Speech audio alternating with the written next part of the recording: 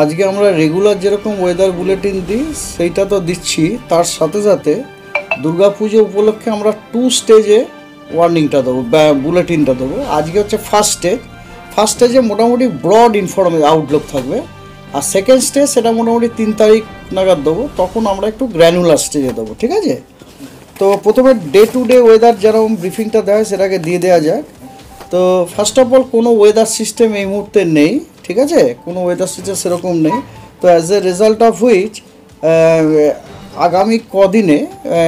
আগামী কদিনে আপনার গোটা দক্ষিণবঙ্গেই বিভিন্ন জেলাগুলোতে হালকা এবং মাঝারি বৃষ্টিপাতের সম্ভাবনা আছে। এবং 27 তারিখ আজকে দক্ষিণবঙ্গের সব জেলাগুলোতে অনেক জায়গায় হালকা ও মাঝারি বৃষ্টিপাত হওয়ার সম্ভাবনা আছে। তবে উত্তরবঙ্গের জেলাগুলোতে বেশিরভাগ জায়গাতে হালকা ও মাঝারি বৃষ্টিপাত হওয়ার সম্ভাবনা আছে। এবং তার সাথে আজকে উত্তরবঙ্গের উত্তরের যে 5খানি জেলা আছে, দার্জিলিং, জলপাইগুড়ি, কালিম্পং এবং কোচবিহার, আলিপুরদুয়ার, কুচবিহার, এগুলোতে সবকটা জেলাতে কিন্তু আপনার কি বলে ভারী থেকে অতি ভারী অথবা এক্সট্রিমলি হেভি রেনের আপনার লাল সতর্কবার্তা দেওয়া হয়েছে। তার মানে এই জেলাগুলিতে 2-1 জায়গায় বিক্ষিপ্তভাবে ভারী থেকে অতি ভারী অথবা কোথাও কোথাও আপনার অত্যন্ত ভারী বৃষ্টিপাত হওয়ার সম্ভাবনা আছে। সেই জেলাগুলো হচ্ছে ভারী থেকে অতি ভারী হচ্ছে জলপাইগুড়ি, আলিপুরদুয়ার এবং কোচবিহার।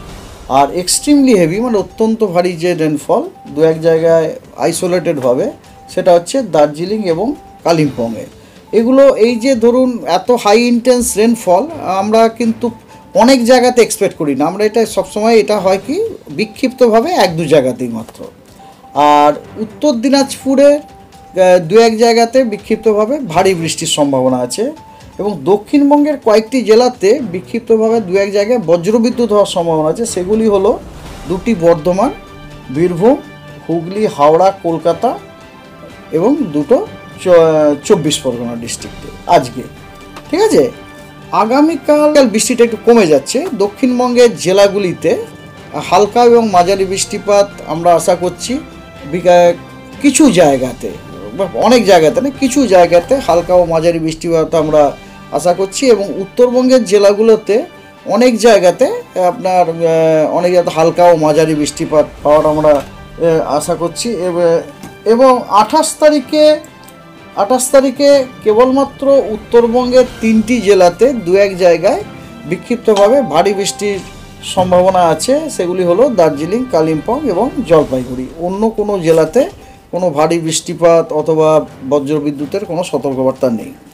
29-30 এই দুদিনই কিন্তু দক্ষিণবঙ্গের জেলাগুলিতে হালকা এবং মাঝারি বৃষ্টিপাত 1-2 জায়গাতে হওয়ার সম্ভাবনা আছে, আইসোলেটেড প্লেসে অনলি, ঠিক আছে? এবং উত্তরবঙ্গের জেলাগুলোতে হালকা ও মাঝারি বৃষ্টিপাত কিছু জায়গাতে হওয়ার সম্ভাবনা আছে। সো আমরা একটা জিনিস দেখতে পাচ্ছি 27 থেকে 30 তারিখ পর্যন্ত এই ডিউরেশনটাতে গোটা পশ্চিমবঙ্গেরই জেলাগুলোতে কিন্তু বৃষ্টির পরিমাণটা, বৃষ্টির যে ব্যাপকতাটা ওটা কিন্তু দুটোই কমে যাচ্ছে। 1 তারিখ থেকে আবার একটু বেড়ে যাচ্ছে। 1, 2, 3 এই 3 দিন কিন্তু দক্ষিণবঙ্গের জেলাগুলিতে কিছু জায়গাতে হালকা ও মাঝারি বৃষ্টিপাত হওয়ার সম্ভাবনা আছে। এবং উত্তরবঙ্গের জেলাগুলোতে অনেক জায়গায় হালকা ও মাঝারি বৃষ্টিপাত হওয়ার সম্ভাবনা আছে।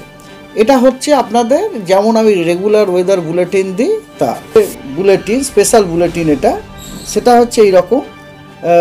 5 তারিখ থেকে 9 তারিখ, 5ই অক্টোবর থেকে 9ই অক্টোবরের যে ডিউরেশনটি, এই ডিউরেশনে অক্টোবর থেকে 9ই অক্টোবর পর্যন্ত এই যে ডিউরেশনটি, এই সময় দক্ষিণবঙ্গের সমস্ত জেলাগুলিতেই হালকা এবং মাঝারি বৃষ্টিপাত হওয়ার সম্ভাবনা আছে অনেক জায়গাতে। এবং তার সাথে সাথে বজ্রবিদ্যুৎ হওয়ারও সম্ভাবনা আছে। এবং 10 তারিখ থেকে 13 তারিখ অক্টোবর এই ডিউরেশনটিতে দক্ষিণবঙ্গের সব জেলাগুলিতে কিছু জায়গায় বজ্রবিদ্যুৎ সহ হালকা এবং মাঝারি বৃষ্টিপাত হওয়ার সম্ভাবনা আছে।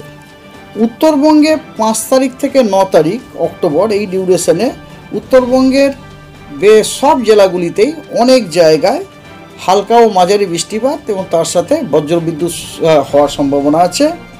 আর 10 তারিখ থেকে 13 তারিখ এই ডিউরেশনটিতে উত্তরবঙ্গের জেলাগুলিতে কিছু জায়গায়, সব জেলাগুলিরই কিছু জায়গাতে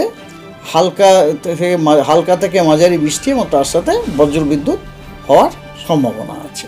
তো এইটা হচ্ছে মোটামুটি ব্রড আউটলুক।